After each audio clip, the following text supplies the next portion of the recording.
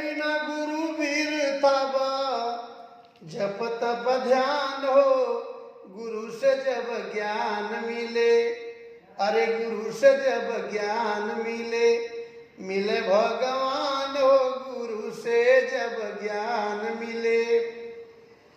तो जिंदगी में भैया गुरु शरण जरूरी बाटे, बिना गुरु पूजा सब पूजा वे अधूरी बाटे। गुरु के बखान करे वेदवा पुराण हो,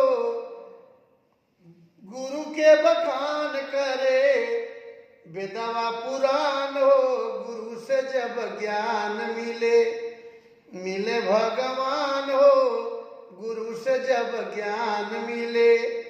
त रमन बिहारी बेचन गुरु गुण गवल हो, रमन बिहारी बेचन गुरु गुण गवल हो।